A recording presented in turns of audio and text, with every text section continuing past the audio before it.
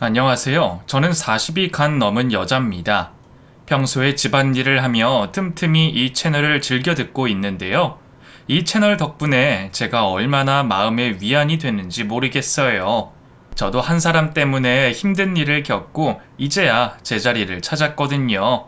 아무리 지난 일이라지만 그 기억이 때로는 너무나 선명해서 사람을 힘들게 만들 때 이 채널은 제게 너무나 큰 힐링 장소랍니다. 그 덕분에 이렇게 오늘 용기를 내서 사연을 쓰고 있고요. 인간 이하의 행동으로 힘들게 했던 그 사람과의 악연. 그럼 지금부터 시작해 보도록 할게요. 저는 아빠가 없이 자랐어요. 제가 어린 시절 부모님은 엄청나게 많이 싸우셨죠. 자세한 것은 기억이 나지 않지만 엄마는 주방에 있는 물건들을 집어 던지시며 아빠에게 욕을 많이 하셨고 결국 저를 데리고 집을 나가셨어요. 제가 7살 때쯤이었는데 다른 것은 자세히 기억이 나지 않지만 그날의 일은 정확하게 기억이 나요. 엄마는 저를 데리고 고속버스를 타고 외할머니 집으로 향했는데 무언가 분위기가 심상치 않음을 느끼신 할머니는 제게 따로 불러 여쭤보셨어요. 엄마한테 무슨 일이 있느냐고요. 저는 아무렇지 않게 있는 사실 그대로를 대답해 드렸고 할머니는 엄마를 엄청 많이 나무라셨죠. 자식도 있는데 참고 살아야 한다고요. 할머니는 엄마의 등까지 때리시면서 혼을 내시며 이런 말씀을 하셨던 걸로 기억해요. 야 이년아, 너까지 내 뒤를 밟으려고 하는 거냐? 네 자존심 때문에 네 딸을 애비 없는 자식으로 만들라고? 이러면 네 인생이 달라질 것 같으냐? 생각 다시 해라.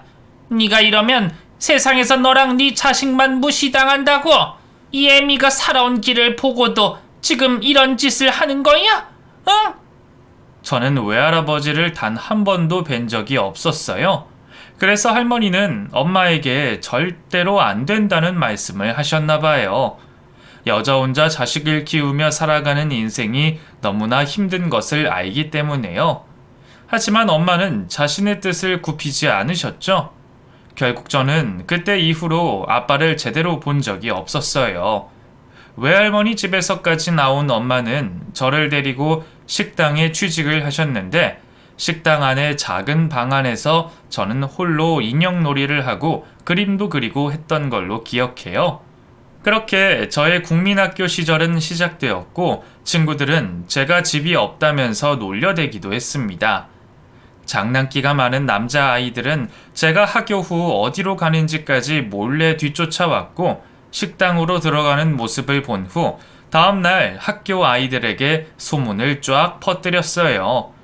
그래서 저는 학교에 가기도 싫었고 학교 생활도 엉망이었어요. 제대로 된 친구도 없었고 굳이 친구들을 가까이 하고 싶은 마음도 없었죠. 가끔씩 화가 나는 마음에 엄마한테 짜증도 많이 냈습니다.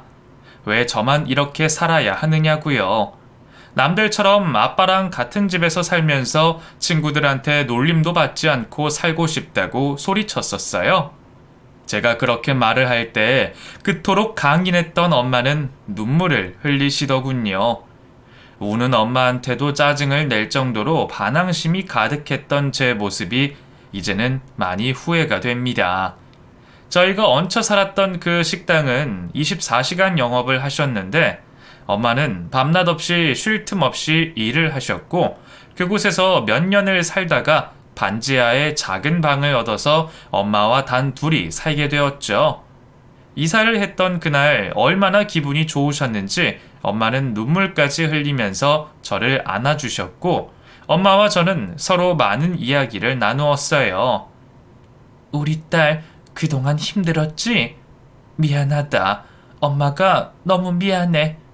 우리 딸이 무슨 죄라고. 엄마, 울지 마.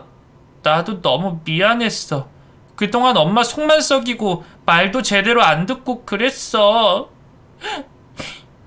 아니야. 이게 다 엄마 때문이야. 엄마가 참지 못하고 아빠를 떠나서 그래서 이렇게 된 거야. 우리 딸은 앞으로 무슨 일이 있어도 절대로 엄마와 같은 바보 같은 짓을 하면 안 된다. 응? 알았지? 그런데 아빠가 엄마한테 무슨 죄를 지었어? 그게 저기 말이야. 아빠는 나중에 우리 딸이 더 크면 엄마가 말해줄게. 하지만 아빠가 그렇게 나쁜 사람은 아니란다. 그러니까 너는 아빠를 너무 미워하지는 마라. 저는 아빠를 그리워했습니다. 학교에 다닐 때 다른 친구들은 다 아빠와 놀러도 다니고 하는데 저만 아빠가 없었거든요. 왜 이렇게 아빠와 헤어져서 살아야 하는지 그게 너무 싫었고, 아빠는 제게 엄청 잘해주시던 분이었기에 보고 싶었어요. 아빠에 대한 그리움을 간직한 채 저는 어른이 되어 갔습니다. 그리고 한 남자를 알게 되었죠. 엄마와 단 둘이 살아서 어려운 형편인지라 대학교도 들어가지 못하고 작은 회사에 취직을 했는데 그곳 선배가 소개시켜준 사람이었어요. 야망도 많고 욕심도 많은 사람이었는데 장래에 자기가 꼭 돈도 많이 벌어서 유명한 사람이 될 것이다 라고 생각하는 그런 사람이었죠. 남자에 대해서 특별한 관심이 있지는 않았지만 뭔가 그 특별한 욕심을 가지고 제게 접근하는 그 남자가 싫지는 않더라고요. 미래에 대한 꿈이 있는 것도 너무 보기 좋았고요. 제가 엄마와 살면서 돈이 없어서 꿈꾸지 못했던 미래를 그 남자가 꿈꾸고 있던 것이 대리만족이라고 해야 하나 그런 생각이 들었던 것 같아요. 그러면서 자신은 그 누구의 도움도 없이 여태까지 돈을 열심히 모아서 작은 집도 하나 마련했고 중고차도 마련했다며 제게 자신이 살아온 일을 얘기하더라고요. 성민 씨, 저는 말이죠, 꼭 유명한 사람이 되고 돈도 많이 벌 겁니다. 저 지금까지 남의 도움 하나 없이 이렇게 살았어요. 악착같이 일하고 돈 모아서 작지만 제 집도 하나 마련했고 자동차도 끌고 다니고 있고요. 저랑 결혼하시면 밥 굶을 걱정은 하지 않으셔도 된답니다. 결혼이요? 첫 만남에 이런 말씀 드리는 게 어떻게 들릴지 모르겠지만 저는 성미 씨랑 결혼하고 싶어요. 저는 제 직감을 믿는 사람이거든요. 저 도와주세요. 제 옆에서 저 도와주시면 분명히 나중에 좋은 일 생길 거예요. 이건 제가 장담해요. 첫 만남부터 제게 결혼 얘기를 꺼낸 그 남자가 조금 이상하게 보이기도 했지만 그래도 무척 긍정적인 야망을 가진 모습에 얼굴에 미소가 생겼어요.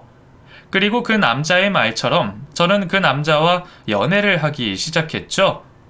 하루에도 몇 번씩 우렁찬 목소리로 제 안부를 묻는 그에게 저는 점점 빠져들었어요. 그런데 그 남자는 자신의 부모에 대한 이야기를 거의 하지 않았습니다. 그저 자신의 미래와 야망에 대해서만 이야기하기에 급급했죠. 제가 어느 날은 저희 엄마 이야기를 하면서 슬쩍 그 남자에게 물었죠. 저기 상철씨, 고향은 어디세요? 부모님은 어디 계세요? 뭐 하시는 분이신지 궁금해요. 그래도 제 남자친구 부모님이시잖아요. 아, 성미씨, 그런 건 꼭 궁금해하지 않으셔도 돼요. 뭐 별로 궁금해할 분들도 아니고. 네?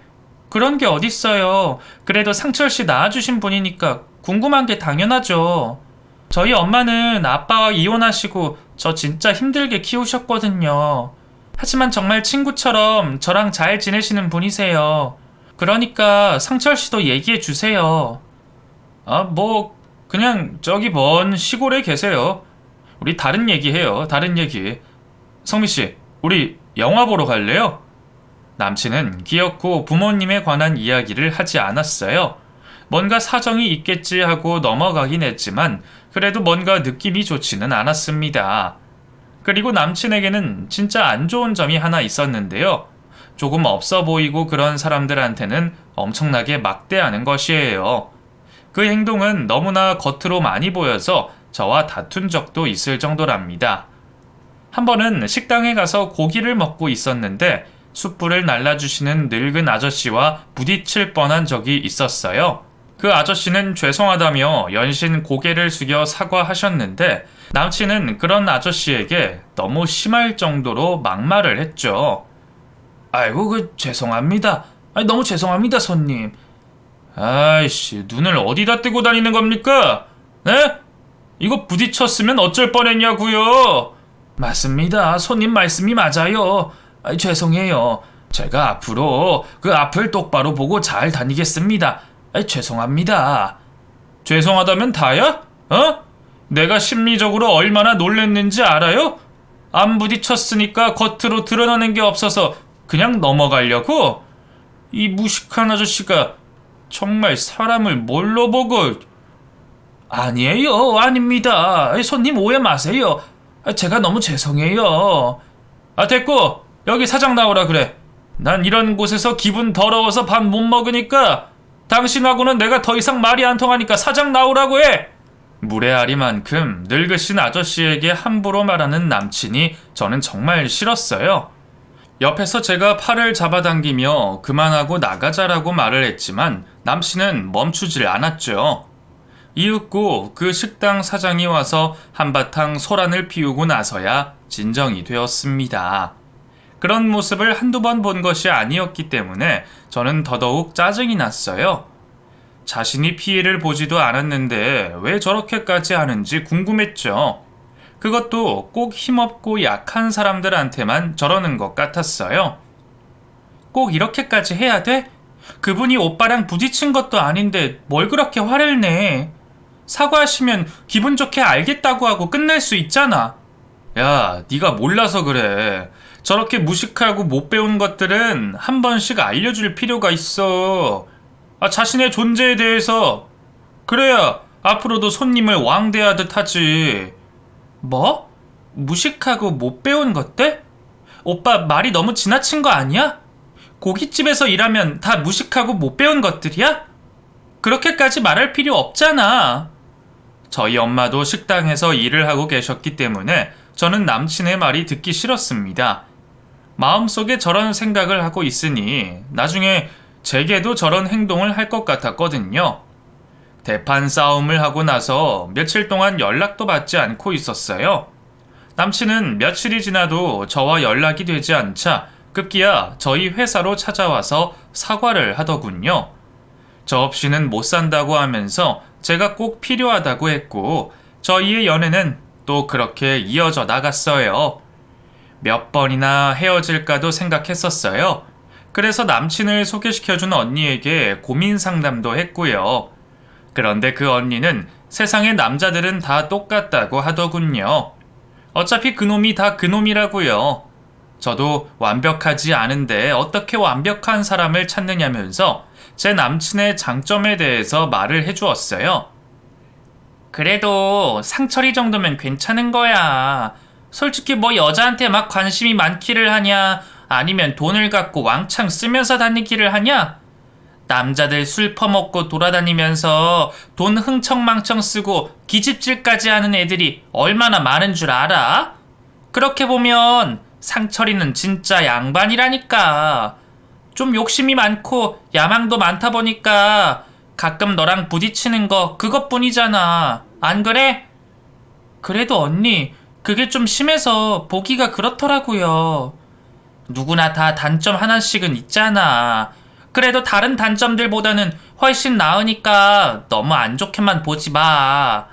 본인이 또 너한테 미안하다고 하잖아. 그럼 앞으로 고치겠지 뭐. 이 언니의 말을 들어보니 일리가 있는 것 같았어요. 그래서 결국엔 그 남자와 결혼까지 하게 되었습니다. 결혼을 위해서는 어쩔 수 없이 남친의 부모님을 뵈러 가야만 했어요. 남친은 차일피일 미루다가 결혼이 임박해서야 저를 부모님 집에 데려갔어요. 차로 3시간을 넘게 달려 도착한 그곳은 정말 한적한 시골 마을이었어요. 그저 저를 보며 웃어주시던 남친의 부모님은 농사를 지으며 평생을 살아오신 분들이셨는데 한없이 착하신 것 같더라고요. 이것저것 묻지도 따지지도 않으시고 그냥 좋다 좋다라고만 말씀해 주셨습니다. 그곳에서 태어나 평생을 그곳에서만 지내시던 분들이셔서 그런지 몰라도 아직도 참을미도 심하시다고 하셨는데 나중에 결혼식장에는 오지 않으셨어요. 궁금해하시던 저희 엄마에게는 두 분이 모두 몸이 갑자기 너무 안 좋아지셔서 먼 곳까지 차를 타고 오지 못하셨다고 핑계를 댔고요. 결국 시부모님이 계시지 않은 채로 결혼식은 진행이 되었고 신혼부부의 삶이 시작되었습니다. 그런데 결혼 후 한참 있다 알게 된 건데 다른 사람들은 남편의 부모님이 계시지 않은 걸로 알고 있더라고요. 남편 회사 후배와 자리를 함께 했다가 우연히 알게 되었거든요. 남편은 후배의 말에도 아니다라고 말하지 않고 그냥 얼버무렸으며 자신의 부모에 대한 존재를 부정하고 있었어요. 그 말에 화가 난 저는 집으로 돌아가 남편에게 얘기했죠. 여보, 아까 그 후배 말 뭐야? 당신이 부모님도 없이 혼자 집도 마련하고 차도 마련하고 그랬다는 거. 당신 부모님이 엄연히 살아계신데 왜 아무 말도 안 했어? 그건 그냥 뭐 말하는데 분위기 깨기 싫어서 그런 거야. 그냥 넘어가자, 응? 아니, 당신 정말 이상해. 결혼식장에 오지 않으신 것도 그렇고 왜 그렇게 행동을 해? 야, 솔직히 우리 부모들 어디 내놓기 쪽팔리는 사람들이잖아. 무식하고 돈도 없고 그렇다고 사회성이 좋기를 하시냐?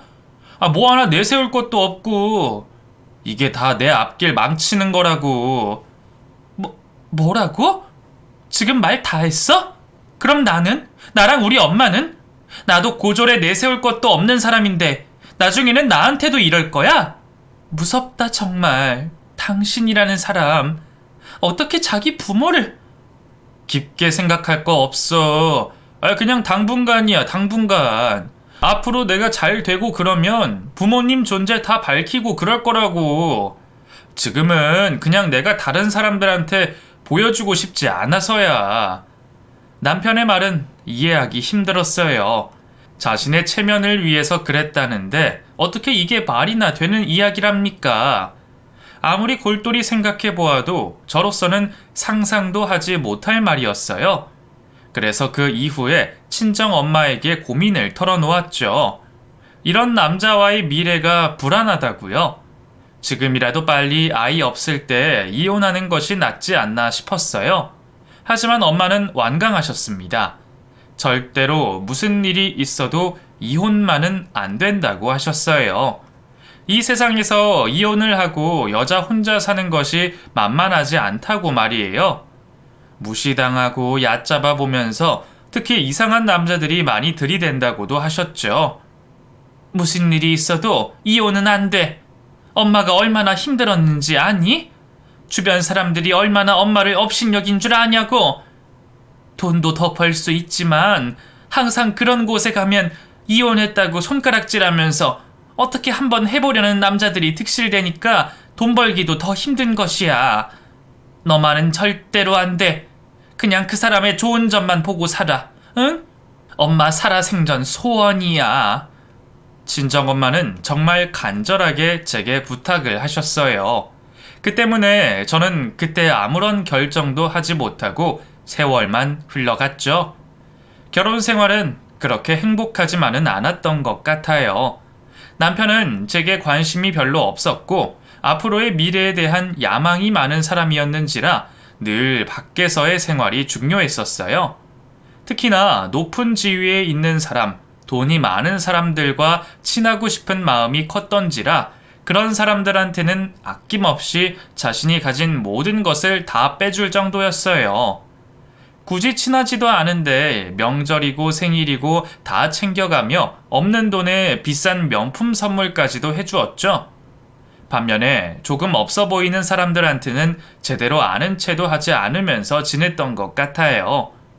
그렇게 결혼 10년이 지나는 동안 남편은 승진도 하게 되었고 연봉도 올랐습니다.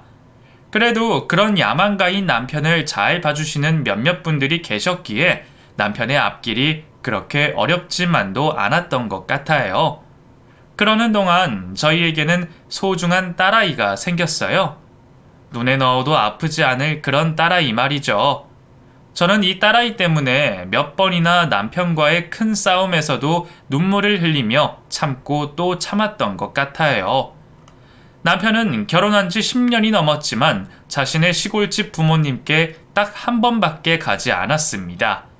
마찬가지로 저희 친정에도 거의 가지 않았고요. 명절이고 생신이고 이런 거 싹 다 무시하고 자신의 앞날만을 위해서 살았죠. 저는 시댁 부모님과도 잘 지내고 싶었고 친정 엄마하고도 자주 왕래하며 지내고 싶었는데 남편의 이러한 행동 때문에 화가 난 적이 한두 번이 아니었어요. 그때마다 남편은 시댁도 안 가고 친정도 안 가면 편한 거 아니냐고 하더군요. 다른 여자들은 시댁에 안 가고 싶어서 안달이라고 하면서 말이죠. 최소 부모에 대한 기본적인 효심이 없는 사람 같았어요. 저는 남편에게 말했어요. 자신의 부모님이 돈이 많고 지위가 높은 분들이면 그렇지 않았을 것이라고요. 그랬더니 딱 맞다고 하더군요. 저와 결혼한 것도 조금 불쌍해 보이는 동정심에다가 책임감이 있는 사람이라는 이미지를 심어주기 위해서였다나 뭐라나 하면서 진짜 인간 이하의 말을 내뱉기도 했어요. 엄마의 완강한 반대만 아니었으면 당장이라도 이혼하고 싶은 마음이 굴뚝이었습니다. 아무리 생각해도 이해가 되지 않는 인간이었어요. 제가 정말 힘들게 결혼 생활을 지속하는 사이 친정엄마는 어느덧 60이 넘으신 나이가 되셨습니다. 그때까지도 쉬지 않고 식당에서 일을 하고 계셨죠. 자신이 벌지 않으시면 앞으로 노년에 먹고 살 일이 까마득하다고 하시면서 죽을 때까지 일을 해야 한다고 하셨어요. 그런데 어느 날부터인가 엄마의 안색이 조금씩 안 좋아지기 시작했어요. 이유 없이 살도 빠지시고 자도 계속 피곤하다고만 하셨고요. 급기야 몸이 너무 좋지 않아 일을 당분간 하실 수가 없게 되었고 저는 그런 엄마에게 생활비와 병원 검진을 하시라고 돈을 드렸죠. 그런데 그걸 남편이 알게 된 모양이에요. 남편은 워낙에 돈 쪽으로는 눈이 밝고 눈치가 빠른 스타일이거든요. 2달에 걸쳐 200만 원쯤을 건네드린 걸로 기억하는데 그걸로 남편은 어마어마하게 화를 냈습니다. 당신 뭐야? 누구 맘대로 돈을 갖다 바쳐? 아니, 엄마가 몸이 너무 좋지 않고 일도 못하시고 하니까 당장에 집에 들어갈 생활비랑 병원 검진비를 조금 드린 거지. 야, 자기 살 길 다 자기가 알아서 하는 거야. 니네 엄마도 다 그렇게 해야 되는 거라고. 안 되겠다. 나랑 같이 당신 엄마 집에 가자. 가서 내가 직접 말씀드려야겠어. 우리 집 등골 빼먹을 생각 꿈에도 하지 말라고. 뭐? 당신 너무하다 정말. 우리 엄마가 뭐 맨날 그러는 것도 아니고 지금 몸이 편찮으시다잖아. 그래서 그런 건데 왜 그래 도대체? 남편은 제 말을 듣지도 않은 채로 저희 엄마 집으로 향했어요. 어쩔 수 없이 저도 함께 동행을 하게 되었는데 그곳에 도착해서 정말 남편은 상상도 하지 못할 말을 저희 엄마한테 했습니다. 누가 딸내미 등골 빼먹으라고 했어요? 뼈 빠지게 번 돈을 말이야. 염치가 없어도 유분수지. 이따위로 없나? 아, 최서방 왔어. 그게 내가 아무리 안 받는다고 해도 그건 내가 다 안 쓰고 갖고 있으니까 남은 돈 다시 돌려줄게. 미안하네 최서방. 내가 짐이 되면 안 되는데. 아휴, 저 무식한 년도 장모라고. 내가 미친놈이지. 이런 집에 뭘 보고 결혼을 했냐. 남편의 상상을 초월하는 말에 저는 이성을 잃어버렸고 엄마가 보는 앞에서 남편의 뺨을 한 대 후려 갈겨버렸어요. 네가 이러고도 인간이야? 넌 인간도 아니야. 어디서 장모를 그렇게 말해? 너는 네 앞길에 도움되는 사람만 사람이고 나머지는 짐승으로 생각하는 놈이야. 너 같은 놈을 믿고 지금까지 산 내가 잘못이야. 우리 이혼해. 헤어져. 어쭈, 이게 이제 폭력까지 쓰네? 너도 무식한 니네 엄마 닮았냐? 아이씨, 짜증나 정말. 이것들이 진짜. 친정엄마는 벌떡 일어나 저희를 말리셨어요. 그리고는 제 남편에게 정말 미안하다면서 한 번만 용서해달라고 구걸까지 하셨죠. 그러면서 제발 이혼만은 안 된다고 또 저를 뜯어 말리셨어요. 안 된다. 절대 안 돼. 내가 죽기 전까지는 이혼만은 안 돼. 내가 잘못했어. 이 애미가 잘못했으니 절대 이혼은 하지 마라. 내가 그 돈 다 줄게, 응? 최서방, 자네한테 내가 다 돈 줄게. 눈물을 흘리며 사위에게 간청하는 엄마의 모습에 제 마음은 찢어지는 듯 했습니다. 그리고 엄마의 간곡한 부탁 때문에 저는 이혼을 하지 않기로 마음먹었어요. 그날의 일이 생각나면 설거지를 하다가도 다 집어 던지고 싶지만 아이를 봐서 그리고 엄마를 봐서라도 꾹 참으려고 노력하며 하루하루를 살아갔습니다. 남편은 그날 이후 저를 거들떠보지도 않았고 저희 엄마에게도 마찬가지였어요. 한마디로 남편도 그냥 다른 사람들 보기에 흠이 될까봐 이혼을 하지 않고 있었던 것이죠. 그로부터 얼마 후 엄마는 병원도 가지 않고 버티시다가 급기야 쓰러지는 일이 일어났습니다. 시장에 나가 장을 보시다가 쓰러지신 것을 시장 상인이 보고 구급차를 불렀다고 하시더군요. 그렇게 병원으로 가신 엄마는 그곳에서 정밀 검사 후 췌장암 4기에 걸렸다는 소식을 듣게 되었고 망연자실하셨어요. 뒤늦게 병원에서 연락을 받고 달려간 저는 잘못된 검사라고 다시 해달라고 몇 번이나 간곡하게 부탁을 했던 것 같아요. 울고불고 애를 써보아도 결과는 달라지지 않았습니다. 엄마는 암이 걸려서 급격하게 살이 빠지고 힘이 없고 식사도 제대로 못하셨던 거예요. 엄마는 그제서야 제게 아빠 이야기를 꺼내셨어요. 우리 딸, 아빠 안 보고 싶어? 응? 니네 아빠 너 엄청 예뻐해 주셨는데 엄마가 아빠 역할까지 다 해줬잖아. 그래서 이렇게 아픈 거고 엄마 혼자 모든 걸 다 하시려니 이렇게 몸이 고장난지도 모르고. 니네 아빠 정말 좋은 사람이셨어. 아주 돈 많은 집 아들이었지. 부모 반대 무릅쓰고 나랑 산다고 다 버리고 왔었는데 너를 낳고 얼마나 예뻐했는지 몰라. 엄마가 왜 그때 집을 나온지 아니?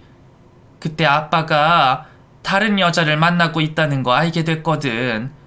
엄마 자존심에 그건 용서할 수 없었어. 다른 건 다 참아도 어떻게 우리를 두고 그런 짓을 할 수가 있어? 엄마, 정말이야? 그게 정말이야? 우리 아빠가 진짜 그런 사람이었어?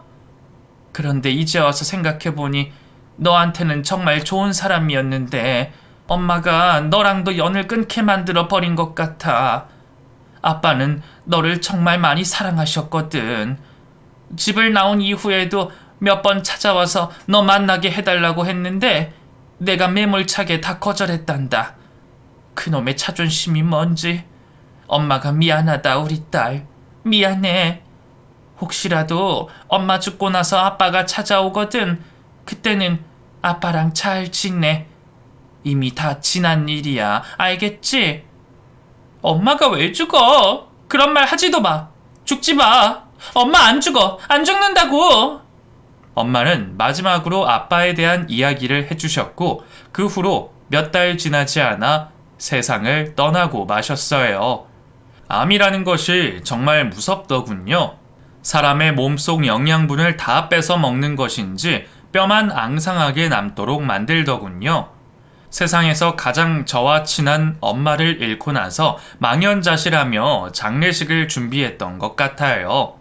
무슨 정신으로 했는지 기억도 잘 나지 않지만 단 한 가지만은 분명하게 기억합니다. 최대한 간단하게 많은 사람들 부르지도 말고 조용히 빨리 끝내자는 남편의 말이요. 찢어 죽이고 싶은 마음이 간절했지만 엄마의 마지막 가는 길을 이런 모습 보이며 하고 싶지는 않아 억지로 참아냈던 것 같아요. 남편은 회사 사람들 중 친한 사람들 딱 2명만 부르고는 아무도 부르지 않았어요. 심지어 자신의 부모님조차 부르지 않았습니다. 눈물 한 방울 흘리지 않고 한숨을 쉬며 상주 자리에 앉아있는 남편의 꼬라지에 저는 피눈물을 흘렸고 장례식을 잘 마친 후에 꼭 이혼을 한다는 마음을 갖고 있었어요. 힘들게 상주 자리에 앉아 울고 있던 늦은 오후에 어떤 중년의 남성분이 찾아오셨어요. 제 얼굴을 보고는 아무 말씀도 없으시고 눈물만 뚝뚝 흘리셨는데 저는 순간 직감했습니다. 저분이 제 아버지라는 것을요. 아무리 오랫동안 보지 못해도 부녀지간에 끌리는 무언가가 있는 것 같아요. 어렴풋이 떠오르던 얼굴도 기억이 났고요. 저 역시 그분의 얼굴을 보고 아무 말도 할 수가 없었어요. 잠시 동안 정막만이 흘렀는데 그 정막을 깨면서 제 남편이 입을 열었어요. 오셨으면 얼른 부의금이나 내시고 고인한테 인사하시죠. 왜 우두커니 서 계세요? 누구시길래? 약간은 무례한 듯한 남편의 말에 아빠는 눈물을 닦으시더니 절을 하셨어요. 엎드려서 한참이나 일어나지 못하는 아빠는 작은 소리로 흐느끼고 계셨고 그 모습을 본 저 역시 눈물이 멈추질 않았습니다. 잠시 후 일어나신 아빠는 제 손을 잡아주셨어요. 미안하다. 내가 너무 미안해. 너무 늦게 왔지? 네 엄마가 이렇게 될 줄은 상상도 하지 못했다. 아빠, 왜 이렇게 우리를 버려둔 거야? 엄마가 얼마나 힘들었는데, 내가 얼마나 힘들었는데. 미안하다. 애비가 못났었어. 정말 미안해. 아빠와 제가 대화를 나누는 동안 남편은 제 옆에서 궁시렁거리더니만 아빠를 위아래로 훑어보기 시작했죠. 그리고는 화가 난 말투로 말하더군요. 당신이 내 마누라 아빠 되는 사람이야? 아니 얼마나 못난 사람이길래 처자식을 내팽개치고 말이야. 아 이럴 수가 있는 거야? 가난하고 무식한 여편네라고 이런 식으로 무시하고 내팽개쳐도 되는 거냐고? 아주 능력 없는 놈들이 가지가지 한다니까. 얼마나 무식하고 멍청한 놈이길래 자기 마누라랑 자식도 못 챙기는지 원. 무례하고 황당한 말을 내뱉는 남편을 보고 아빠는 한숨을 쉬셨어요. 그리고는 제게 말씀하셨죠. 네 남편이냐? 아니 우리 딸이 어쩌다가 이런 놈하고 결혼을 한 거야? 네 엄마가 아주 힘들었겠어. 애비가 못 지켜주고 있으니 어디서 저런 놈들이 원? 그러자 남편은 더욱 화를 내며 말했어요. 뭐? 이 영감탱이가 정말 터진 입이라고 함부로 해? 당신이 뭔데 그딴 말을 짓거려? 돈 한 푼 줄 능력도 없이 내팽개쳐둔 주제에 부의금이나 넉넉히 내고 꺼지라고 당장! 이 사람이 정말 무례하기 짝이 없구만. 어디서 이런 남자가 내 딸한테. 성미야, 당장 헤어지거라. 당장! 내 소중한 딸이 이런 놈하고 같이 사는 꼴은 내 죽어도 못 보겠다. 네 엄마도 다 이해할 거야. 아빠, 일단 진정해요. 여기 앉아서 얘기 좀 해요, 아빠. 흥분한 두 사람은 화를 삭히지 못했고 그런 저는 가운데서 두 사람을 떼어놓으려 애를 쓰고 있었어요. 그런데 잠시 후 남편의 회사 후배가 와서는 저희 아빠를 보고 넙죽 인사를 하는 겁니다. 아니 대표님, 여긴 어떻게 오셨어요? 아시는 분 있으신 거예요? 선배, 여기 우리 회사 거래처 K 대표님이셔. 선배하고도 아는 사이야? 알고 보니 아빠는 큰 회사의 대표님으로 계셨고 그 회사는 제 남편이 다니는 회사에 중요한 도움을 주는 회사라고 하더군요. 남편은 회사에서 꼭 중요한 위치에 오른다는 야망을 갖고 있는 사람인지라 그 말을 듣고는 얼굴이 새하얗게 질려버렸어요. 아빠는 남편의 회사 후배의 인사를 받으며 말씀하셨죠. 아, 그래요? 실은 내 아내의 장례랍니다. 여기 내 딸이고 사위는 없는 걸로 하겠습니다. 회사에서 어떤 역할을 하고 있는지는 모르겠지만 나는 이런 인성 갖고 있는 사람이 있는 회사하고는 거래하지 않겠습니다. 자세한 건 사무실에서 공문으로 보낼 테니 그리 하세요. 장인어른, 제 말 좀 들어봐 주세요. 남편은 뭐라고 변명의 말을 하려다가 그만 하얗게 질린 얼굴을 하고 그 자리에서 쓰러져 버렸어요. 워낙에 야망이 많고 회사에서 높은 지위에 오르려는 사람이 그런 식의 소문이 나면 절대로 잘 될 수가 없는 노릇이잖아요. 그래서 아마도 충격을 받아 쓰러진 것 같았어요. 바닥에 쓰러진 남편은 잠시 후 정신을 차리고 일어나더니 제 아빠의 바짓가랑이를 붙잡기 시작했습니다. 장인어른, 아버님, 아니 저기 대표님, 제가 몰라 배웠어요. 정말 죄송합니다. 몰라 뵈서 죄송해요. 이런, 몰라 뵈서 죄송하다고? 그게 더 나쁜 사람일세. 자네 아주 구제불능이구만.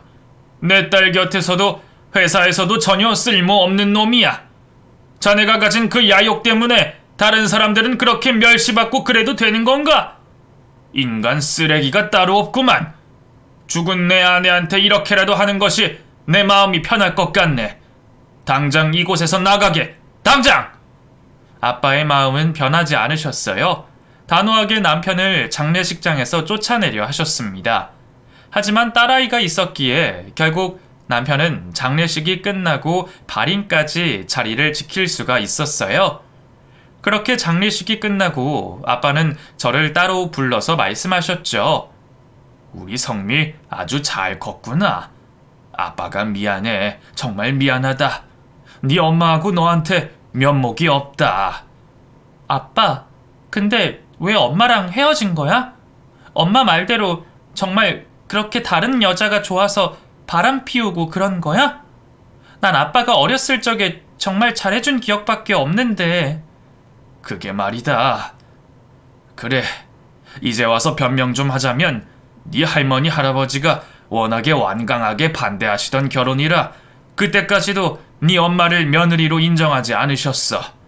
그래서 자꾸만 비슷한 조건에 있는 여자를 만나라고 성화를 하셨고, 그렇지 않으면 네 엄마를 쫓아낸다고 하셔서, 그래서 거절하려고 그 자리에 나가서 그 여자를 만난 것뿐이란다. 근데 그걸 네 할머니가 말씀을 하시는 바람에. 할머니는 왜 그렇게 엄마를 싫어하셨어? 엄마가 무슨 죄가 있다고. 우리 엄마 정말 착하고 자존심도 강한 멋진 여잔데. 그러게나 말이다. 워낙에 잘 사는 집안이니까 비슷한 집안 여자를 만나야 한다고 그러시는 분이거든. 근데 나는 세상에서 네 엄마를 가장 좋아하니까 그게 너무 싫으셨나 봐. 그런 분이 이제는 아들 얼굴도 잘 못 알아보시고 요양원에 누워만 계시니 세상이 다 부질없는데 말이다. 아빠, 그래서 아빠는 엄마랑 나 없이 또 다른 사람 만났어? 엄마는 평생 아빠만 좋아했는데. 아니야. 아빠는 네 엄마 떠난 이후에 외국에 나가서 살다가 다시 들어와서 사업 시작하고 아직도 혼자 살고 있어. 네 엄마가 워낙에 단호하게 안 만나주고 꽁꽁 숨어버리는 바람에 너무 늦게 찾아온 거야. 이 아빠는 평생 네 엄마만 사랑했단다. 그렇게 저는 아빠와 그동안 못 나누었던 이야기들을 다 나누게 되었어요. 그리고 아빠는 부탁하셨습니다. 우리 딸은 세상에서 가장 소중한 사람이야. 사람 알기를 우습게 하는 그런 남자랑 앞으로 평생을 살기엔 너무 아깝지 않니? 이 애비는 싫다. 그런 인간 같지도 않은 놈과 함께 있다는 것을 이 애비가 못해준 거 앞으로 다 해줄게. 넌 충분히 무엇이든 다 잘할 수 있는 사람이야. 저는 아빠 말대로 남편과 이혼을 하기로 결심했어요. 엄마도 이번에는 이해를 해줄 것이라 생각하면서요. 남편은 제가 이혼을 한다고 하니 절대로 안 된다고 하더군요. 제가 혼자 아빠의 재산을 다 먹게 할 수는 없다나 뭐라나 하면서요. 정말 사람이 어디까지 추해져야 하는지 모를 정도로 남편은 자신의 바닥을 다 보여주었어요. 저는 그런 사람과 단 한순간도 있고 싶지 않아 이혼 서류를 접수했는데 남편은 완강히 반대를 했고 결국 이혼은 소송까지 이르게 되었습니다. 저는 아빠께 소개받은 이혼 전문 변호사를 대동해서 이혼을 준비하게 되었는데 이 사실을 알게 된 남편은 또 제게 막말을 퍼부었어요. 야 이년아, 이 무식한 년이 이제는 별의별 짓을 다 하네? 네가 그래서 내 돈 한 푼이라도 갖고 나갈 수 있을 것 같아? 내가 너를 사랑해서 결혼한 줄 아냐? 너 그냥 내 옆에서 내 보조 역할이나 하라고 결혼한 거라고. 그래도 가정 꾸리고 아둥바둥 살아가는 꼴이라도 보여야 사람들이 믿으니까. 어디서 고졸 주제 멍청한 년이. 당신 아이를 낳은 사실 자체가 난 이 세상에서 가장 잘못한 일인 것 같다. 미안하지만 당신 돈에 단 1원도 관심 없고 그깟 돈 안 받아도 돼. 아빠가 다 도와주신다고 했고 이미 집까지 구해놨거든. 그러니까 더 이상 당신의 추한 바닥 그만 보여줘. 뭐? 이런 무식한 년이 어디라고. 흥분한 남편을 뒤로하고 저는 그 집을 빠져나왔어요. 결혼하고 10년을 넘게 산 그 집을 나오면서 속은 시원하면서도 눈물이 흐르더군요. 다행인지 아닌지 남편은 아이에 대한 집착은 하지 않았어요. 자신의 앞길에 짐이 될 수도 있다고 생각을 한 것 같더군요. 정말 짐승 같은 놈이 맞나 봅니다. 저와 이혼을 한다는 소문과 저희 아빠와의 있었던 일이 회사에 다 퍼져 남편은 회사에서 거의 따돌림을 당했다고 하더군요. 회사 사장님이 퇴사를 권고했지만 남편은 꿋꿋이 버텼고 급기야 사람들이 본체 만체했다고 했어요. 그리고 말은 안 했어도 그동안 제 남편으로 인해서 불편함을 겪었던 분들도 꽤 있었나 봐요. 이렇게 일이 터지고 나니 하나 둘 불만을 토로하는 사람들이 많아졌다고 해요. 그러던지 말던지 저는 얼른 하루빨리 이혼이 마무리되기를 기다리며 아빠의 회사에 취직을 하게 되었습니다. 모처럼 만에 꾸미는 제 모습이 어색하기도 했지만 그래도 기분은 설레더군요. 그리고 바로 야간대학도 입학 준비를 하게 되었죠. 아빠는 그동안 하지 못했던 것을 다 해주신다고 하면서 저의 앞날을 위해 이것저것 다 준비해 주셨어요. 뿐만 아니라 제 아이를 돌봐주시는 분도 아이의 과외 선생님도 일일이 다 알아봐 주셨고 직접 면접까지 봐주셨답니다. 아빠의 보호라는 것이 바로 이런 것인가 봐요. 너무나도 큰 우산이 되어 제가 어느 상황에 처해 있더라도 다 씌워주는 그런 역할을 하는 것이 바로 아빠의 존재인 것 같아요. 저는 나이 40이 다 되어 그런 아빠를 다시 만나게 되었고 너무나 행복한 삶을 살게 되었어요. 이혼 소송이 마무리가 되어 법원 앞에서 남편을 마지막으로 보았을 때도 제 바짓가랑이를 붙들고 애원하더라고요. 자기를 이혼남으로 만들어서 나쁜 이미지 만들지 말라고요. 그러면 앞으로 어느 회사를 가고 진급을 해도 문제가 된다고요. 끝까지 자기 입장, 자기 체면만 중요하게 생각하는 남편에게 더 이상 아무 말도 할 수가 없었어요. 한숨만 쉬고 남편을 뿌리친 채 빨리 택시를 타고 집으로 돌아왔죠. 하지만 남편은 저희 아빠 회사에도 찾아왔더군요. 겁도 없이 어디라고 찾아와서 또 무릎을 꿇고 제게 했던 말을 똑같이 했나봐요. 아빠는 가차없이 경비원을 불러서 남편을 내쫓아버렸고 다시는 이곳에 발도 들이지 말라고 경고까지 하셨어요. 남편은 그 후에 회사의 따돌림과 퇴사 권유를 버티지 못하고 그만두었다고 들었어요. 그리고는 몇 달을 폐인처럼 지내다가 집을 빼서 어디론가 사라졌다고 했는데 알고 보니 자신의 부모님께 갔다고 하더군요. 남편의 회사 후배가 연락이 와서 제게 전해준 이야기랍니다. 형수님, 그 선배한테 부모님이 계셨었나 보더라고요. 알고 계셨어요? 지금 그 시골 집에 내려갔다고 하던데. 네, 맞아요. 부모님 멀쩡하게 살아 계세요. 시골에서 농사 짓고 계시는 마음 좋으신 분들인데 그 사람은 그런 자신의 부모도 도움되지 않고 창피하다면서 없는 존재로 만들어버린 사람이에요. 도대체 얼마나 대단하게 되려고. 그렇군요. 아휴, 이번 일을 겪으면서 선배에 대해서 더 많이 알게 됐네요. 형수님 잘 지내신다는 소식 듣고 있어요. 형수님네 회사가 저희 회사랑 거래를 하는 곳이라서 제가 또 다 소식통이 있거든요. 부디 잘 지내시고 앞으로도 승승장구하시길 바랍니다. 그래요. 고마워요. 민재 씨도 예쁜 아이 잘 키우고 앞으로 승진도 하고 좋은 일만 있길 바래요. 남편은 그렇게 모든 것을 정리하고 시골집에 내려갔다고 해요. 그로부터 6개월쯤 지났을까 전 남편에게서 전화가 왔어요. 시골 부모님도 손녀딸이 보고 싶으시다고 하시고 자신도 딸이 보고 싶다면서요. 썩 내키지는 않았지만 그래도 남편에게도 면접 교섭권이 있기에 딸을 시골집에 데려다 주었어요. 1박 2일의 시간을 그곳에서 보낸 후 다시 딸을 만났는데 딸은 행복했다고 하더군요.